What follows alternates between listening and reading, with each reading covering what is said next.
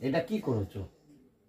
ও আমার দিকে তাকিয়ে আছে। তুলো তুলো তুলো।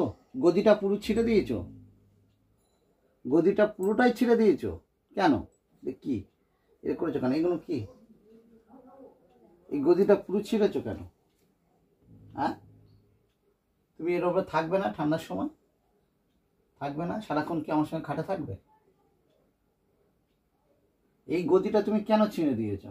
কেন কেন আবার এম করে নিয়ে বসে আছো? এই ছিঁড়ে দিয়েছো, এপারে ছিঁড়ে দিয়েছো, এগুলো কেন? প্রচণ্ড ঠান্ডা পড়লে কোথায় থাকবে? বাবার সঙ্গে খাটে? বাবার সঙ্গে খাটে থাকবে? নো, এম করতে নেই, একদম না। এটা কি করেছো তুমি? কি করেছো? গদিটাই ছিঁড়ে ফেলেছো তুমি।